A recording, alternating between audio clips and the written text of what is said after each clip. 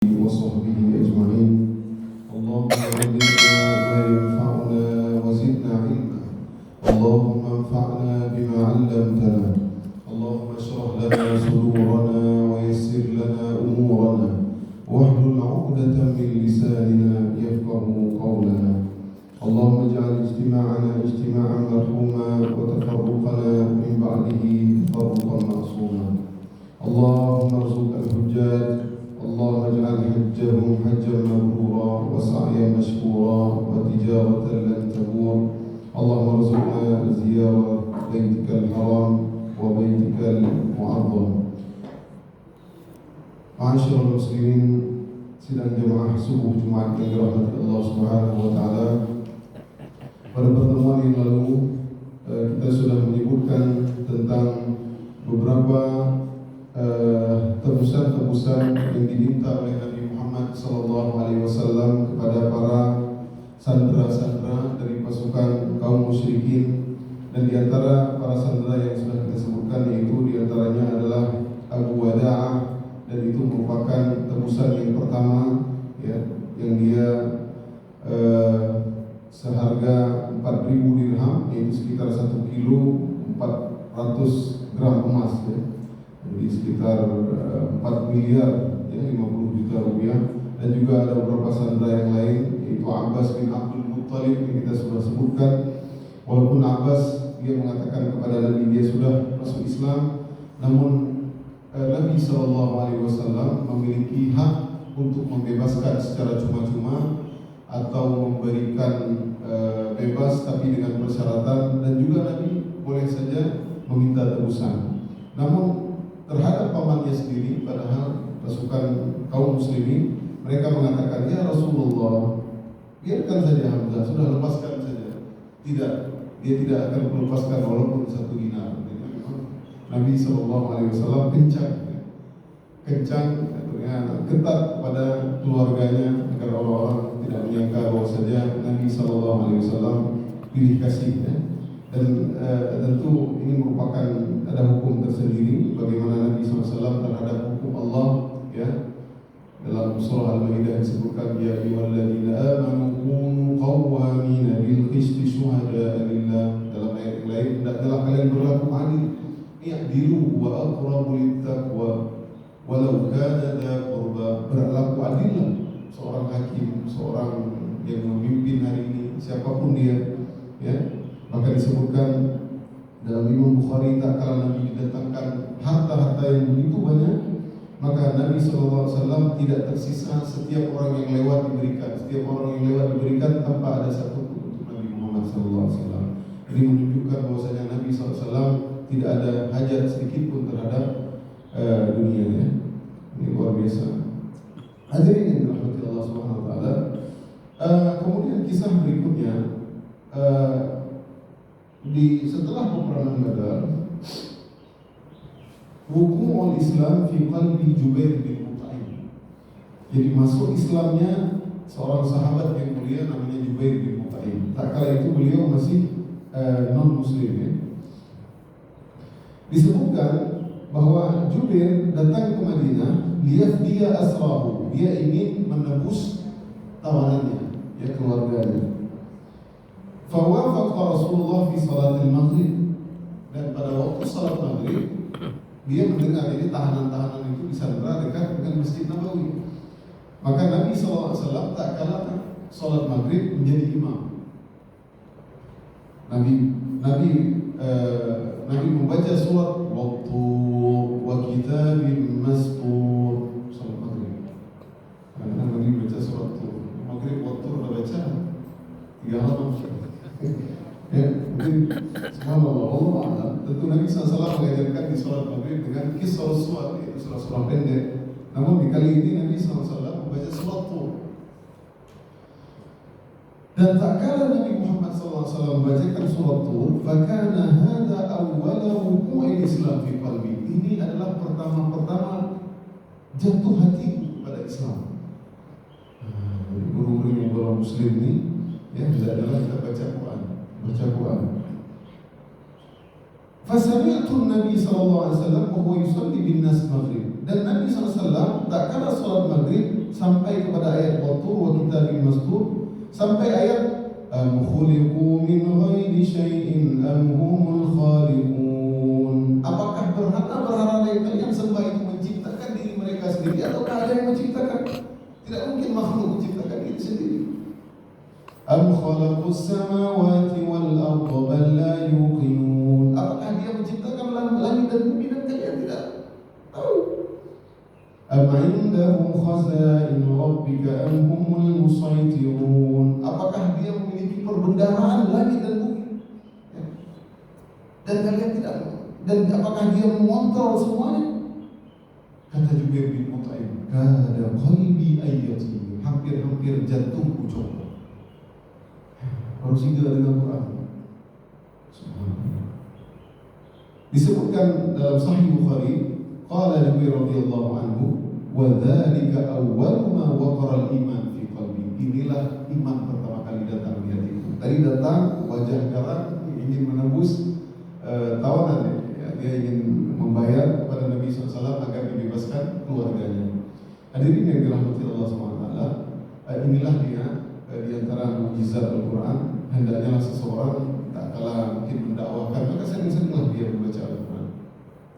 Saya ingat dulu ketika kami zaman SMA dulu, kelas 1 SMA itu dari kontingen Aceh berangkat ke Sulawesi Tengah mewakili provinsi Aceh untuk ikut MTQ nasional. Jadi di kapal laut Kelut gitu ya, ke Medan itu ada bule-bule, tahu kami kontingen MTQ ngaji semua. Ya. Saya kebetulan orangnya suka ngobrol, jadi sama bule pun saya ngobrol. Kalian baca apa? Al-Quran sebenarnya. Al-Quran coba baca. Dia dengar. Kita baca saja. Wallahu a'lam. Siapa tahu nanti dia beriman, tidak harus langsung. Ya, begitulah yang didakwahkan oleh Nabi Muhammad SAW pada kisah-kisah yang dulu kita sebutkan bagaimana Suwaid bin Samit, ya, bagaimana dia nggak beriman awal-awal, ya, tapi dengan lama-lama akhirnya dia beriman. Jadi silahkan langsung tauhid. Jadi kalau bapak kalau ketemu dimanapun, pergi ke luar kota, luar negara misalkan, ya, ketemu orang-orang non-Muslim, dakwah, langsung dakwah tauhid. Berani nggak? Langsung dakwah tauhid. Di samping ayu Muslim. Kita tanya. Ya, siapa tahu Allah alam, gara-gara kita satu keluarga luar biasa, ya, satu keluarga masuk Islam, maka ini amalannya luar biasa. Bapak-bapak dan ibu-ibu yang dirahmati Allah SWT, tak kala saya membaca sirah Nabawiyah, saya melihat para sahabat ini, sebagian para sahabat, mereka ini amalannya tidak banyak. Artinya mereka hidup di zaman Islam itu hanya 6 tahun, 7 tahun, tidak lama. Namun tak kala mereka meninggal Ihtazza Arsyur Rahman seperti Sa'ad bin Mu'adz. Kemudian meninggalnya Tufail ad-Dawsi, dia mendakwahkan satu kampungnya. Berarti pahala untuk memasukkan Islam seseorang ini luar biasa. Saya nggak sanggup bayangkan bagaimana misalkan Zakir Naik, Ahmad Dedat, semua. Dan ini jarang hari ini kita dakwah. Hari ini kita dakwah untuk Muslim saja. Tapi kalau kita mampu satu orang pun, maka ini lebih baik. Subhanallah, dia berdakwah kepada kaumnya. Gara-gara dakwah kita, gara-gara baca Al-Quran kita, dari dia masuk Islam. Dia mempelajari Al-Quran. Ini luar biasa. Saya lihat itu merupakan salah satu amalan utama dan amalan yang tinggi untuk memasukkan seseorang ke dalam surga Allah SWT. Jika saya baca sirah Nabawiyah, kenapa amalannya itu? Karena memasukkan orang ke dalam Islam. Nah, ini penting ya. Ya, kalau ada orang yang baik, kita lihat orang non-Muslim, ya, kita ingin kebaikan kepada dia, kita ingin dakwah sedikit-sedikit, dakwah baik-baik. Allah malam, siapa tahu, ya, sebelum keburu meninggal maka dia mendapat dakwah tauhid.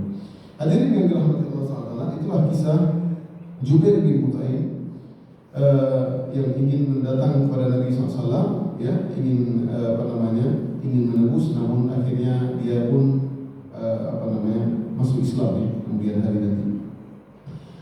Dan ketika itu dia tidak masuk Islam, tapi dia pikir, kemudian dia datang kepada Nabi Muhammad SAW untuk mendeklarasikan Islamnya. Maka tak kala itu akhirnya selesai sholat, Nabi SAW berbicara dengan para tawanan perang Badar. Maka Nabi melihat Jubair bin Mut'im, Nabi berkata, "Lau kana al-Mut'im bin Abi Hayyan fakallamani fi haula istatnatna lataraktuhum lahu. Wahai Jubair, kalau seandainya bapakmu Mut'im bin Adi masih hidup dan dia mengatakan kepadaku untuk membebaskan seluruh tawanan-tawanan di sini, enggak usah menembusnya, enggak usah bayar apapun, bebas secara percuma, maka aku bebaskan. Ini Mut'im bin Adi, ya, bapaknya tadi Jubair bin Mut'im, sahabat yang mulia, meninggal dalam muslim, ya, meninggal belum Islam. Tapi dia orang yang sangat menyambung silaturahmi dan banyak sekali jasanya kepada Nabi Muhammad SAW. Ya, dia termasuk orang salah satu tokoh yang memboikot tak kalah orang-orang Muslim diboikot. Ya, dia tidak menolak boikot tersebut. Ya, bahkan dia menjaga, memberi jaminan kepada Nabi Muhammad SAW. Ya, setelah memboikotan itu, dia menjaga setelah dari Taif, Mut'im bin Adi menjaga Nabi. Dia Muslim tapi dia sayang kepada Nabi. Dia orang mendakwah, apa salahnya dia berdakwah saja, dia tidak buat keonaran. Nah, subhanallah. Disebutkan para ulama, inilah pentingnya seseorang untuk menjaga ataupun mengingat jasa-jasa orang yang pernah berbuat baik selama hidupnya, walaupun orang tersebut orang non-muslim. Jadi Nabi tidak melarang. Mut'im bin Adi ini orang muslim, tapi Nabi ingat jasa-jasanya. Seperti pada kisah di awal-awal perang Badar, Nabi SAW mengatakan kalau ketemu dengan Abu Bakhtari jangan bunuh. Sesungguhnya dia sahabatku dulu, dia pernah membantuku dulu. Ya, dia telah pernah memberikan kami ya makanan-makanan tak kalah diboikot, tak kalah banyak anak-anak yang meninggal dunia, tak kalah itu makan daun-daunan. Ya, jadi subhanallah Nabi ingat. Apalagi kita yang muslim hari ini, ya, mungkin kita sudah hebat, kita melupakan orang yang pernah berjasa kepada kita, maka sungguh tidak boleh. Ya, Nabi SAW, man sana'a ilaikum ma'rufan fakafi'u. Barang siapa yang melakukan perbuatan yang pernah dibuat baik oleh orang, maka berusaha untuk membalasnya. Fa illam takun tukafi'u, kalau kamu menyangka kamu tidak bisa untuk berbuat baik kepadanya, maka doakanlah dia.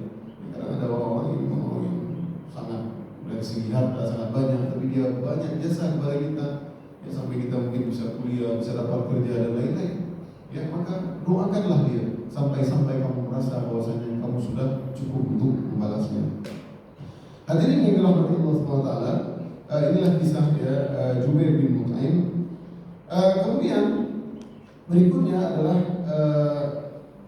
kita jelaskan sedikit tentang keutamaan dari orang-orang peserta Badar. Diriwayatkan oleh Imam Bukhari dalam sahihnya an Mu'az bin Rifa'ah. Kata Jibril kepada Nabi Muhammad SAW, ma ta'uduna ahla badrin fi. Ya, ini sudah selesai perang Badar. Kita ulang sedikit tentang fadilah. Menurut kalian bagaimana perang Badar di antara kalian? Bagaimana? Min afdhalil muslimin, kata Nabi. Mereka adalah orang-orang terbaik, orang pasukan muslimin. Jadi luar biasa. Dia ikut serta perang Badar sebentar saja. Habis itu melakukan apapun, dia orang terbaik. Allah ampuni dosanya karena tidak sebanding dosa yang dia lakukan.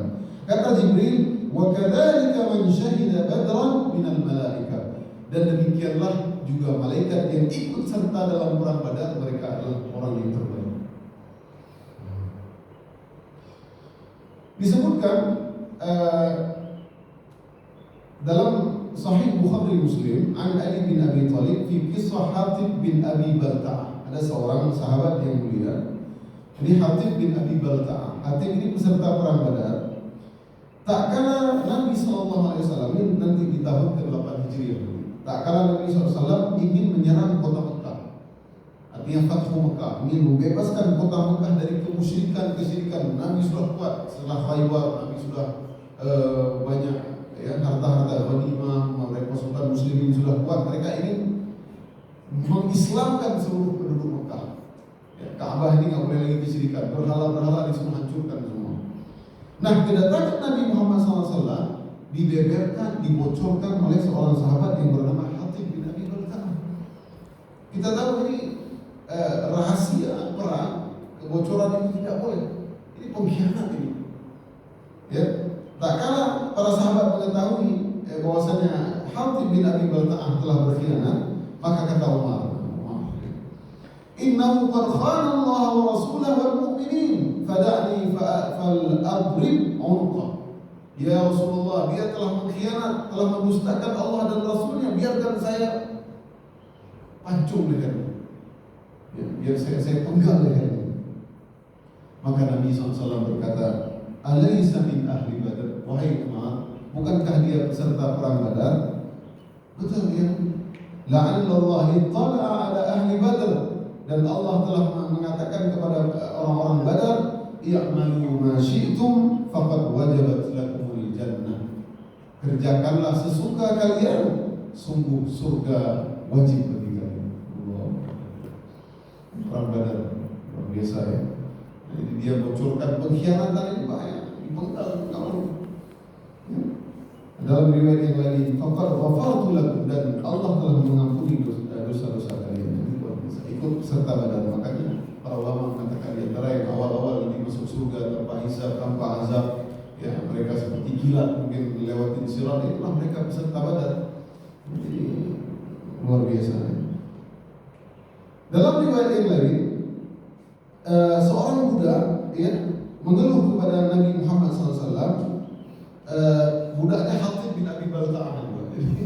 Hatib ini mungkin dia agak bandel sedikit, ataupun dia banyak ya ada kesalahan lah. Itu tidak sebutkan apakah dia melakukan dosa besar atau tidak. Sehingga budaknya membantunya mengeluh kepada Nabi Muhammad SAW. Dia datang, faqala Rasulullah SAW, dan dia berkata, "Ya Rasulullah, ini si Hatib ini dia nggak masuk surga." Ini pembantu kayak itu majikannya tidak masuk surga. Dia orang bilang, ini Hatib nggak masuk surga ya Rasulullah. Karena dia tahu perang Badar masuk surga. Ini Hatib nggak masuk surga. Mungkin sering menganiaya, mungkin atau berapa yang menyuruh-nyuruh sampai dia capek sekali. Allah malah tidak disebutkan. Faqala, maka Nabi SAW berkata, "Kadzabta, kamu bohong.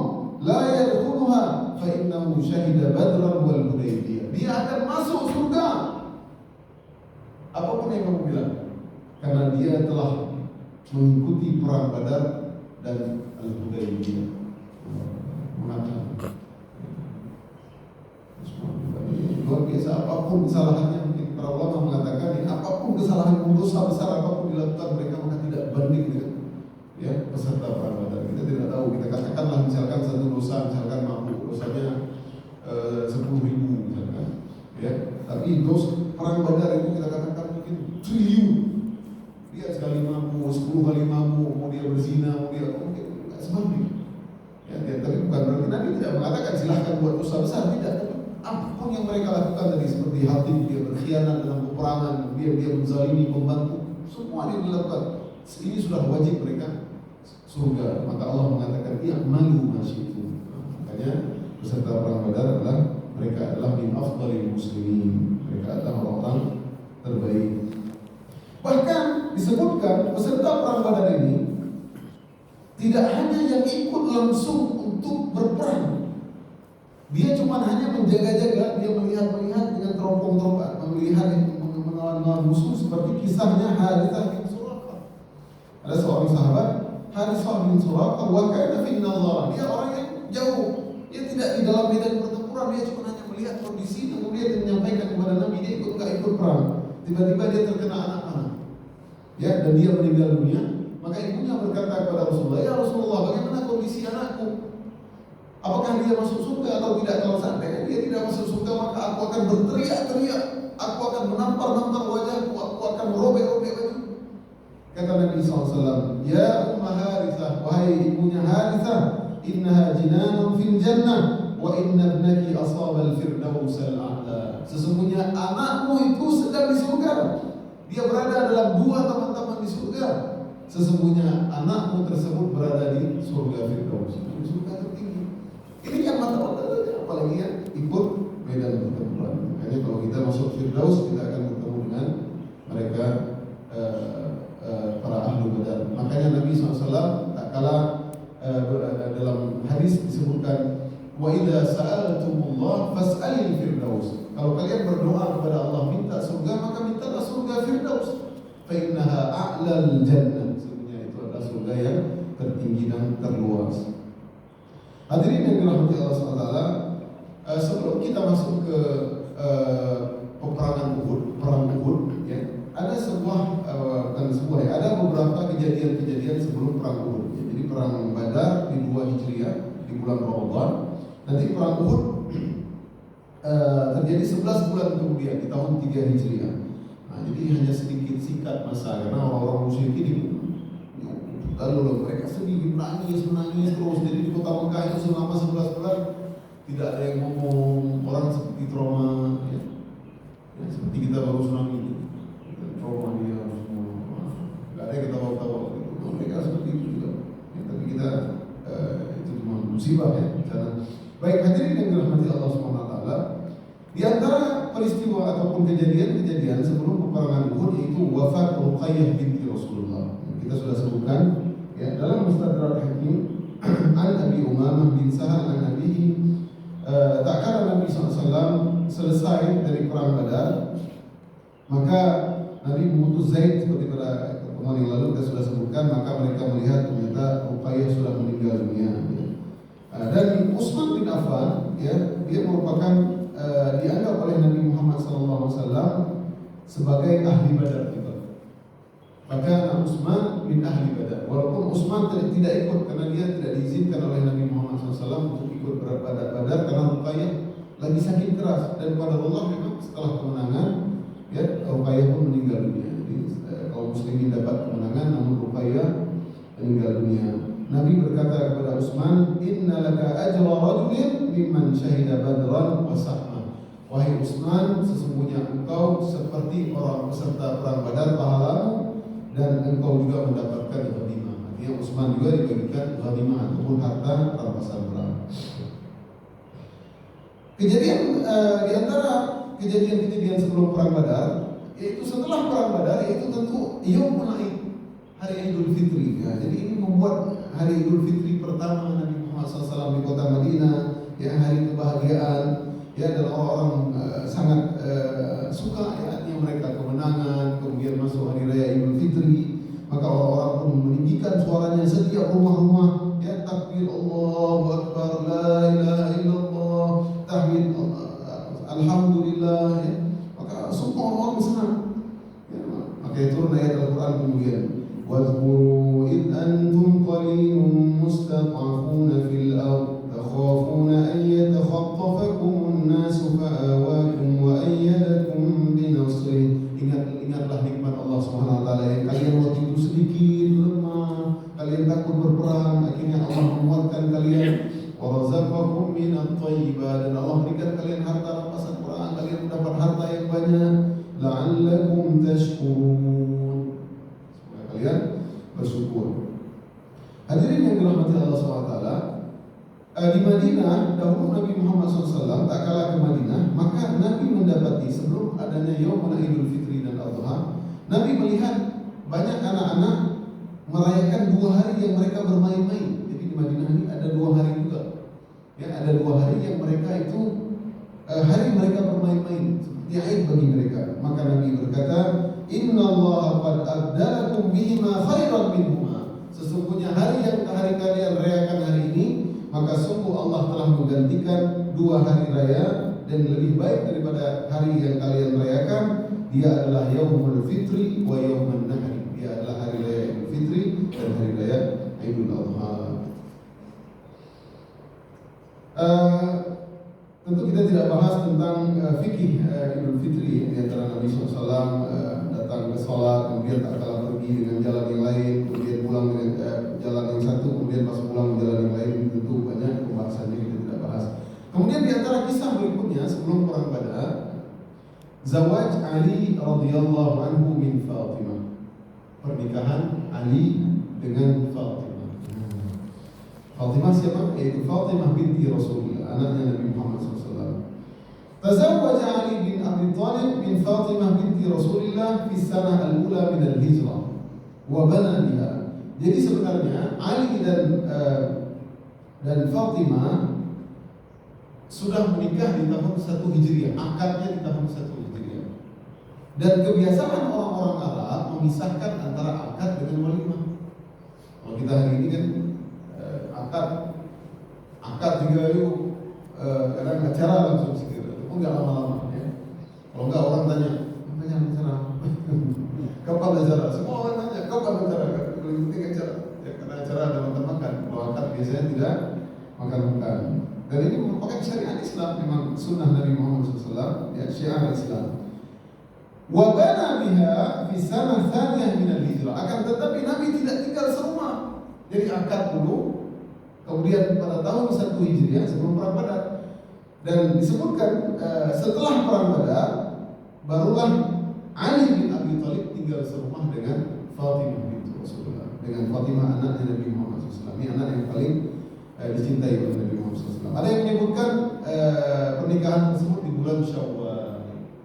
Ya, ada juga disebutkan di bulan Ramadan, di bulan Zulhijjah. Allah Ta'ala. Ya, dia setelah perang Badar. Makanya di bulan Syawal, ya, bapak sekalian banyak yang menikah. Dan bilang Nabi menikah dengan Aisyah bulan Syawal, ya, kemudian Ali dengan Fatimah di bulan Syawal. Jadi banyak orang yang kadang menikah di bulan Syawal. Baik, diriwayatkan oleh Imam Bukhari dan Muslim an Ali radhiyallahu anhu, "Kanat li syarifun min nasibi min al-maghnam yawm Badr." Aku punya unta, kata Ali bin Abi Thalib. Ya, bagaimana kisah nikahnya Ali dengan Fatimah? Aku punya unta. Itu unta tersebut adalah pembagianku yang dibagikan oleh Nabi Muhammad SAW dari harta rampasan perang Badar. Jadi setelah perang Badar ini para sahabat yang ikut perang Badar kaya-kaya semua. Ada duit lah, dia Nabi bagikan mereka. Jadi mereka butuh biaya, Pak. Nggak boleh kita tiba-tiba melamar anak orang langsung punah, langsung nggak ada, nggak mungkin diterima, ya, nggak mungkin diterima. Baik, ada maharnya tentu. Wa kana Nabi SAW a'tani syarifan min al-khumus, dan Nabi SAW memberikan aku itu apa namanya unta dari 1/5 bagian Nabi Muhammad SAW. Kita tahu bahwasanya ghanimah harta rampasan perang itu khumus 1/5-nya kepada Nabi Muhammad SAW. Falamma aradtu an abtaniya Fatimah, tak kala aku ingin, ya, tinggal serumah dengan Fatimah, ada yang ingin menikah dengan Fatimah, maka aku pun pergi ke rajulan sawwaghan min Bani Qainuqa. Jadi Ali ingin beli emas, ya, dia ingin beli emas, ya, dia ingin pergi ke Bani Qainuqa, ini orang Yahudi, ya. Akhirnya dia untuk biidkhir. Apa arti idkhir ini? Seperti minyak wangi, Pak, ya. Tapi dia hashisha, seperti apa namanya, di atas atap, ya, untuk orang-orang menikah itu thayyibatur raihah, dia wangi harumnya, tasaqqaf bihal buyut fawqa al-khashab, seperti wangian yang ditaruh di atas di loteng, bukan di loteng, di asbes, plafon, plafon. Jadi di rumah orang negara baru, apa namanya, orang menikah, jadi wangi-wangi seperti itu. Ya, dia pergi. Wa Umar, ya, itu dia disebutkan, ya. Kemudian wa kana umur Fatimah yawma bana Ali 18 sana. Jadi tak kala Ali bin Abi Thalib tinggal serumah dengan Fatimah, umur Fatimah 18 tahun. Nah, ini biasa 18 tahun, sudah gadis, ya, 18 tahun. Hari ini pun dikatakan sudah gadis. Wa umur Ali yawma idin 25 sana. Dan Ali bin Abi Thalib usianya tak kala itu 25 tahun. Nah, jadi sudah cocok, ya. Nah, jadi memang biasa orang Arab. Seperti Nabi SAW menikah dengan Aisyah umur 6 tahun atau 7 tahun, ya, akad saja. Tapi tidak tinggal serumah, ya. Kemudian barulah tinggal serumah di usia 9 tahun. Jadi biasa. Kalau seandainya yang dilakukan oleh Nabi Muhammad SAW di zaman tersebut tidak biasa, maka dicela oleh Abu Jahal. Ini tidak ada satu riwayat pun yang mencela, karena biasa di zaman tersebut orang menikah dari kecil sudah dia angkatkan. Dan sampai hari ini, hadirin yang dirahmati, saya ada teman di Qayyubi di Mesir, itu mereka biasa menikah kadang-kadang sepupu kerabat, ya, karena di daerah, di kampung, biar tanah mungkin punya harta, tidak lari ke orang lain, ya, atau mereka karena sudah kenal nasab usulnya, ya, asal usulnya. Akhirnya dah khatibti, dia bilang, dah khatibti, anak kecil, kita pas ke Mesir ataupun ke Arab, tunangan dulu, ya. Mereka tidak tinggal serumah, anak kecil meski, tapi udah ditunangan, udah cantik, anak kecil 5 tahun udah diangkat, katanya sudah menikah, tidak tinggal serumah. Dan itu biasa di Arab, dan tidak biasa di kita ini. Kalau nggak akad, kayak kiamat. Tapi tidak tinggal serumah, tentu tidak berhubungan badan, ya. Jadi sudah menikah, sudah diakadkan. Hadirin yang dirahmati Allah SWT, sedikit lagi insyaAllah.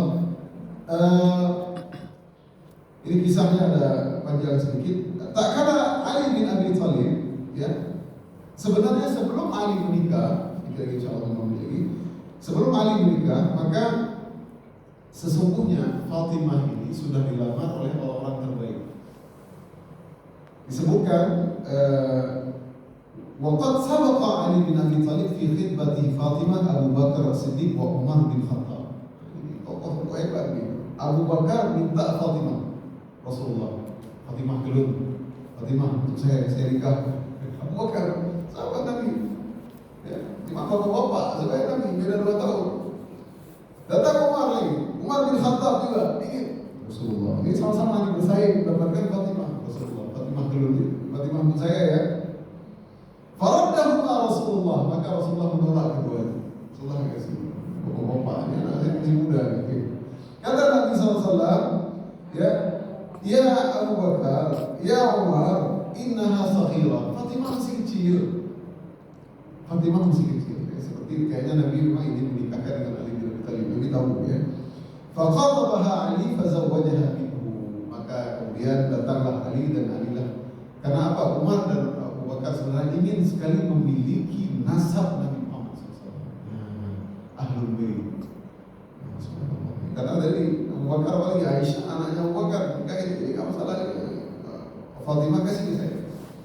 Ya Rasulullah, saya nikahkan. Abu Bakar subhanallah orang yang sangat mulia, orang yang baik. Tapi seperti di sini disebutkan oleh para ulama bahwasanya dalam pernikahan terkadang sepupu antara usia itu penting. Nah, makanya Nabi mengatakan innaha saghirah, dia masih kecil karena mungkin Nabi ingin Ali 25 tahun ya, melihat Ali ya.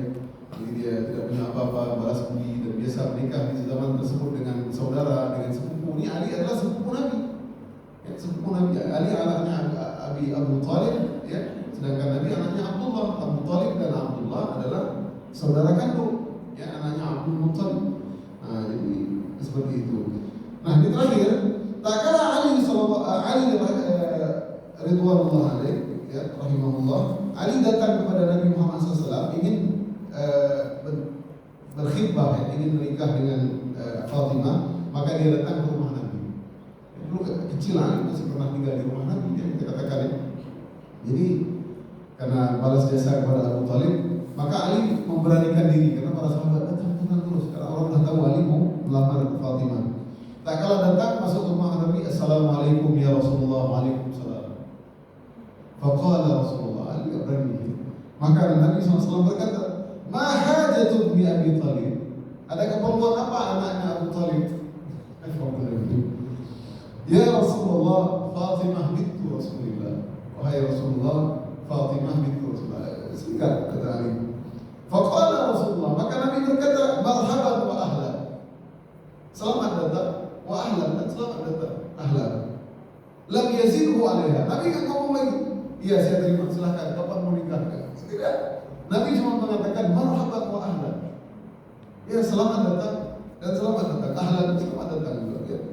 Ada orang masuk rumah ahlan wa sahlan, marhaban ya.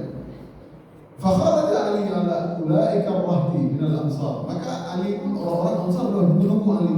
Gimana Ali? Gimana tadi? Nabi terima tidak? Karena Abu Bakar ditolak, Umar ditolak.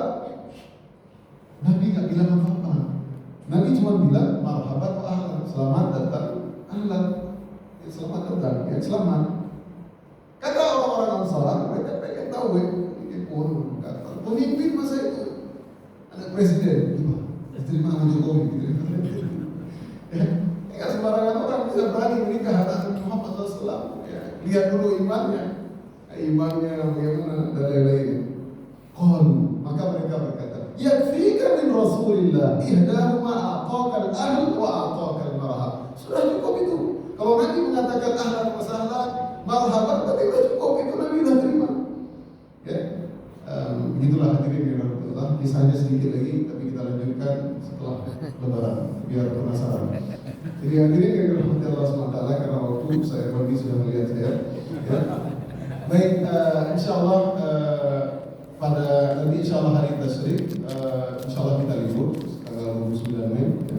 Ya. Kemudian tanggal tanggal 5 Juni insya Allah kita masih libur ya, karena ada sesuatu dan lain hal.